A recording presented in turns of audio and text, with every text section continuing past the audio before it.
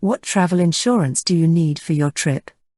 When we get into a vehicle, we fasten our seatbelt, not because we expect to have an accident. If we did, we wouldn't even get in. We do it simply just in case. The same logic applies to travel insurance. It's important to follow these tips. Don't take anything for granted. Carefully and personally review the coverage and conditions of your policy. This will help you avoid unpleasant surprises at the worst possible moment. Evaluate what you can insure. Your insurance can cover many aspects, such as the trip itself, your luggage, or cancellations, for example. Consider whether the premium is justified by the coverage, and make your decision. Pay attention to 3 key coverages. These are fundamental because if you ever need them, the trip itself will be the least of your concerns. 1. Repatriation in case of death. 2. Repatriation and medical transport to your residence in case of illness or accident. Both are usually included in most policies, but make sure to double-check. 3. Medical expense limit during the trip. This is the most critical coverage, so let's take a closer look at it. What should be the limit for medical expenses? You must ensure that your health needs are covered, because no services will be provided without guaranteeing payment in advance.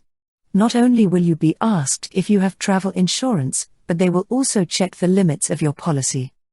In Thailand, for instance, there are excellent private hospitals, but they are expensive. $50,000 would probably not be enough to cover a serious medical situation, but at least it would allow you to initiate the necessary procedures at the hospital while you handle the situation. It is recommended to have a minimum medical coverage of $100,000 to $200,000, or even more. It's not worth skimping in this area. When would you miss having a good policy? If you have an accident or suffer a serious illness during your trip, you'll want to return home as soon as possible.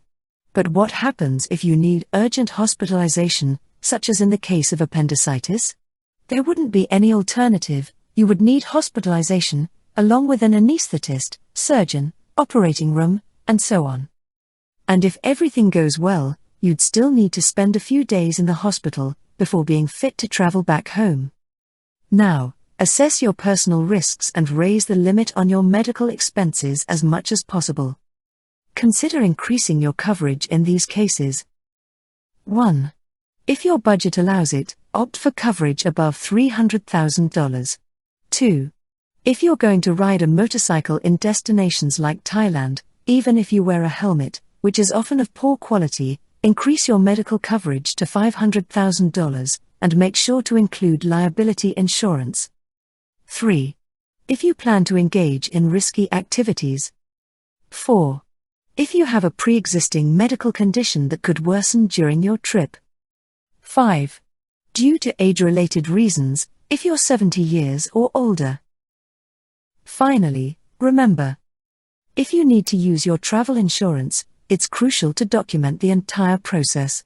Contact your insurer as soon as possible, and keep receipts, emails, medical reports, initial assistance forms, police reports, and any other relevant documents.